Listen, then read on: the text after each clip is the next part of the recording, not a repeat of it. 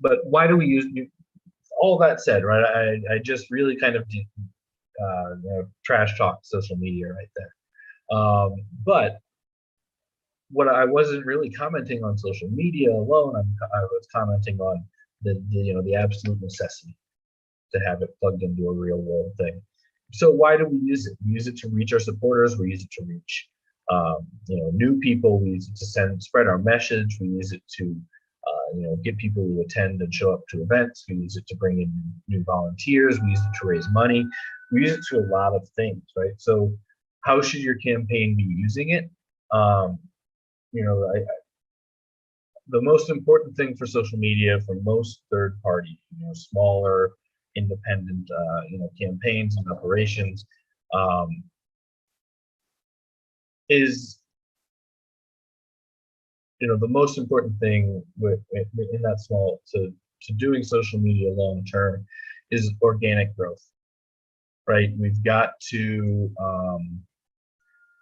we can't afford to pay every day, right? I don't know the 2020 numbers off the top of my head, but in 2016, Hillary Clinton and Donald Trump spent tens of millions of dollars a piece, probably close to $100 million a piece on Facebook ads alone. Greens can't do that, right? We can't do that.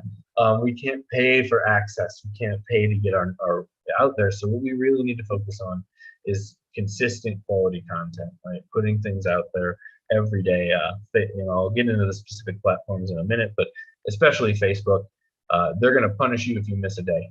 They're going to punish you more if you miss a week in terms of your reach. So you want to make sure you're doing things consistently. So how should your campaign be using this, or your local or your state party, or whatever. Most of this is not just limited to electoral campaigns, but you want to push out relevant news, commentary, political positions. You want to promote your events and your content. Greens are really, really adverse to this, but you want to raise money, right? I know that we don't like money as within the Green Party a lot of times, but the truth is you need to be raising some money, which means that you need to be using all of your different platforms to do it. In our 2020 was a very weird year because of COVID, right? So we had a whole presidential campaign where we really couldn't be out talking to people, holding fundraisers in person, that kind of thing. So we had to rely heavily on social media, and multiple times a week during the campaign, we made direct asks, and you need to do that, right? You need to buy materials, you need to buy yard signs, you need to buy, tablings. You need to pay for tabling fees at local events that you can talk to people. If you're, raising good money, you need to be paying for ads and things like that. If ideally, you're raising money to help pay at least stipends to your key volunteers and staff, right? Giving people a little money, one, lessens the exploitation which volunteer-ran campaigns rely on, and two, gets you, helps the people that are, gives at least something in terms of stipends, so that people are putting work in, and it generally gets you better returns in terms of consistent commitment. So you want to be talking about making direct asks for money on social media when we're running a campaign. And you can be creative about it, right? In the Illinois Green Party, I don't remember the bill number, but like for ranked choice voting, we would have, I'm going to make up a number, but it would be like House Bill 2130. So we would have fundraising campaigns that say donate $21.30 to help us fight for ranked choice voting and support this bill, right? So you can get creative with it and things like that. And then another key thing that Greens don't really like, but it's just a reality of life, is we want to be using social media to connect new people, but that means we also need to be, as much as we can, collecting their contact information. Social media engagement doesn't usually provide a way for future contact, right? If AJ likes my post on social media and I don't know them, right? If I hadn't been working with AJ for over a decade and couldn't just call them or to engage with them, if AJ was a random person and they liked my social media post, the only way I can really contact them is to click their, this is Facebook, but it applies to other things too, and work my way through the chain and send them a direct message in hopes that they respond. Facebook is going to end up in the other bin, so they may never see it, until years later. So that is one of the, kind of fundamental flaws of, how, or not flaws, but barriers that we have to overcome when we're engaging on social media.